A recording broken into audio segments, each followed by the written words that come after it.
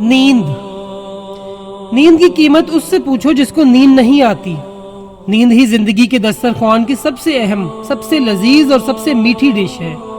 نیند دو مصروف اوقات کے درمیان وقفہ ہے، فطری وقفہ، جس طرح امن کا زمانہ دو جنگوں کے درمیانی وقفے کا نام ہے۔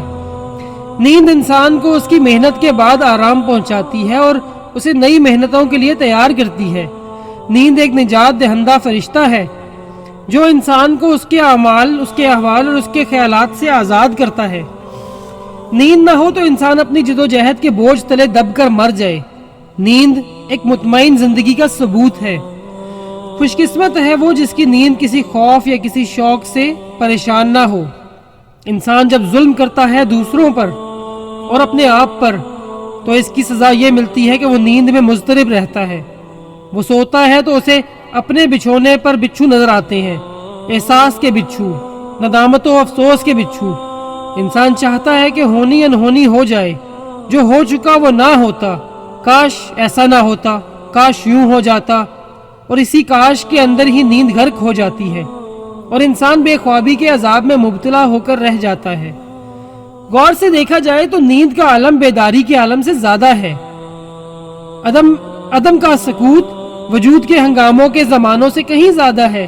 پیدائش سے قبل کے زمانے مکمل سکوت اور مستقل نیند کے زمانے ہیں۔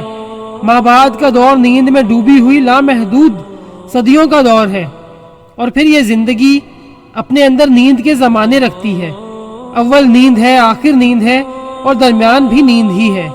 عالم بیداری ایک خواب کا عالم ہے، اور یہ خواب کی طرح ہی گزر جاتا ہے۔ در حقیقت ہر حقیقت حجاب حقیقت ہے۔ اصل حقیقت کیا ہے، نیند یا بیداری؟ اس کا فیصلہ نہیں ہو سکتا۔ دنیا کے عظیم انسان اپنی نیند کو کم کرتے ہیں۔ وہ نیند کو ایک دشمن سمجھتے رہے۔ انہوں نے اس وقت محنت کی جب عالم سو رہا تھا۔ وہ نیند کو غفلت اور محرومی کا زمانہ کہتے تھے۔ دراصل نیند ہر انسان کے لیے الگ الگ مفہوم رکھتی ہے۔ نیند عابد کو عبادت سے محروم کرتی ہے، محب کو محبوب سے جدا کرتی ہے، ذمہ دار انسان کو احساس ذمہ داری نہیں ہونے دیتی، انسان پر راز حقیقت منکشف نہیں ہونے دیتی۔ دوسرا رخ یہ ہے کہ نیند گنہگار کو گناہ سے بچاتی ہے، پریشان حال انسان کی پریشانی کو چھپا دیتی ہے، بیمار انسان کو بیماری سے کے دباؤ سے بچاتی ہے۔ غرض یہ کہ نیند برے انسان کے لیے اچھی ہے اور اچھے کے لیے بری۔ عوام الناس کے لیے نیند ایک دولت ہے، سرمایہ ہے، عنایت ہے، عطا ہے، زندگی کے مسلسل کرب سے نجات کا ذریعہ ہے۔ نیند غم، فکر، اندیشوں، ندامتوں اور اذیتوں سے رہائی دلاتی ہے۔ نیند ہونے اور نہ ہونے کی درمیانی سرحد کا نام ہے۔ فنا اور بقا کے درمیان نیند کا علاقہ ہے، جہاں انسان نہیں ہوتا لیکن ہوتا ہے، جہاں وہ ہوتا ہے لیکن نہیں ہوتا، وہ دیکھتا ہے لیکن خواب، وہ سنتا ہے لیکن بے صدا آواز، وہ چلتا ہے لیکن فاصلے طے نہیں ہوتے، وہ جمود میں متحرک ہوتا ہے، وہ مرتا ہے لیکن زندگی کی آغوش میں، وہ زندہ ہوتا ہے لیکن موت کے حصار میں۔ غرض یہ کہ وہ ہوتا ہے لیکن نہیں ہوتا۔ نیند حقیقت کو خواب اور خواب کو حقیقت بناتی ہے۔ نیند کے عالم میں یہ جاننا کہ انسان نیند کے عالم میں ہے بہت مشکل ہے، اتنا مشکل جتنا اپنے من میں ڈوب جانا۔ خود شناس انسان اپنی نیند کو نیند کے طور پر پہچانتا ہے۔ وہ جانتا ہے کہ ہم کبھی بیداری میں سوتے ہیں، کبھی نیند میں بیدار ہوتے ہیں۔ زندگی خود ایک خواب ہے، اور اس خواب کے عالم میں کتنے ہی خواب ہیں۔ ماضی کی حقیقت خواب ہے، مستقبل کی حقیقت واہمہ ہے، حال برقرار رہ نہیں سکتا۔ نیند کی حقیقت کیا ہے؟ کچھ نہیں کہا جا سکتا۔ بیداری کی حقیقت سمجھ میں نہ آئے تو نیند کی حقیقت کیسے سمجھ میں آ سکے؟ نیند زندگی کا ایسا آئینہ ہے جس میں موت کا عکس دکھائی دیتا ہے۔ نیند ایسی حقیقت ہے جس میں خواب نظر آتے ہیں۔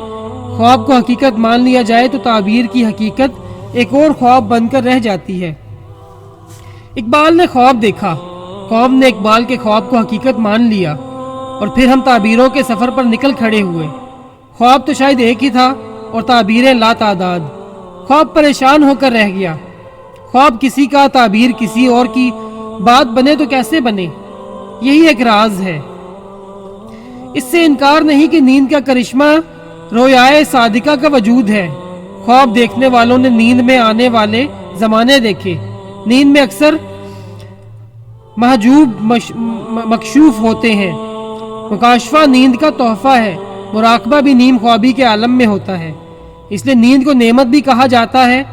شاعر کا تخیل، صوفی کا وجدان مکاشفہ عالم بیداری کے علاوہ ہے، اور یہ عالم نیند کے قریب ہے۔ لیکن غور طلب بات یہ ہے کہ جس انسان پر حقائق منکشف ہوں وہی ان کی اصلیت سے باخبر ہو سکتا ہے، یہ نہیں کہ مکاشفہ کسی اور کا ہو اور حقیقت کی دریافت کسی اور کی۔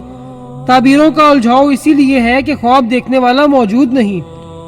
جب تک کوئی اور صاحب ادراک نیا خواب نہ دیکھے گا، تعبیروں کی تفاسیر مختلف ہی رہیں گی۔ جس کی نیند پر خواب نازل ہو وہی تعبیر آشنا ہو سکتا ہے۔ اسی طرح قرآن پاک کی تفسیروں میں فرق ہے۔ نازل ہونے والی کتاب کی تفسیر بھی نازل ہونے والی ہو سکتی ہے، الہامی کتاب کی ذہنی تفسیر از خود غیر معتبر ہے۔ بہرحال نیند کی دنیا ایک عجیب دنیا ہے، ایک نیرنگ خیال ہے، ایک پراسرار وادی ہے، ایک جزیرہ امن ہے، ایک منظر دلکشی ہے، ایک ایسا لطف جس میں انسان کسی کو شریک نہیں کر سکتا، ایک ایسا سرمایہ جو حاصل ہوتے ہی خرچ ہو جاتا ہے، اور ایک ایسا مقام جہاں ہر انسان بے ضرر ہو کر رہ جاتا ہے۔ فطرت کے عطیات میں سب سے بڑا عطیہ پرسکون نیند ہے۔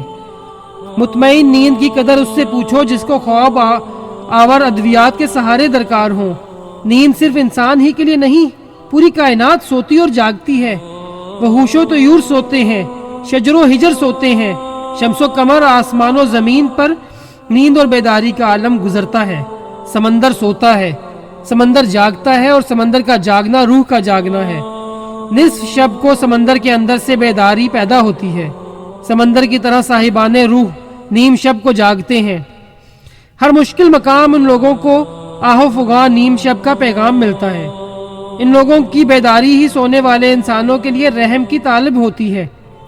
جاگنے والے سونے والوں کے لیے دعا کرتے ہیں کہ اے اللہ، اے ہمیشہ جاگنے والے اللہ، سونے والے انسانوں پر رحم فرما، ان غافل انسانوں کو اپنے فضل سے محروم نہ کرنا۔ بیدار مغز اور بیدار روح انسان ہی قوموں کی نجات کا ذریعہ ہے۔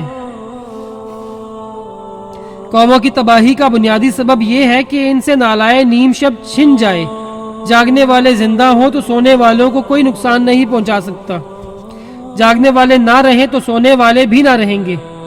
گڈریا سو جائے تو بھیڑیے ریوڑ کھا جائیں گے۔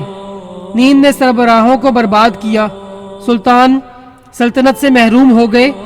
نیند میں سرمایہ فقر لٹ جاتا ہے۔ نیند کو غفلت نہ بننے دیا جائے تو یہ راحت جان ہے، قرار جسم اور سکون دل ہے۔ اگر نیند غفلت ہو جائے تو انسان محروم ہو جاتا ہے، اپنے ماضی سے کٹ جاتا ہے، اپنی اصل سے ہٹ جاتا ہے، اپنی آزادی کی دولت ضائع کر دیتا ہے۔ آزادی کی صرف ایک ہی قیمت ہے، مستقل اور مسلسل بیداری۔ غلام قومیں سوتی ہیں اور آزاد قومیں بیدار رہتی ہیں۔ انسان کو اپنے مستقبل کی خاطر جاگنا چاہیے، اسے آنکھیں کھول کر رہنا چاہیے۔ نیند اپنی حد سے نکل جائے تو عذاب ہے، بیماری ہے، نیند غائب ہو جائے تو بھی مصیبت ہے۔ اس لیے سب سے مبارک زندگی وہ ہے جو نیند سے محروم بھی نہ ہو اور نیند سے مغلوب بھی نہ ہو۔ ہماری زندگی اور زندگی کے مشاغل کسی اور زندگی کے لیے ہیں۔ یہ زندگی ایک خواب ہے، ایک نیند کا ہی عالم ہے، لیکن افسوس کہ انسان کی آنکھ اس وقت کھلتی ہے جب وہ بند ہونے لگتی ہے۔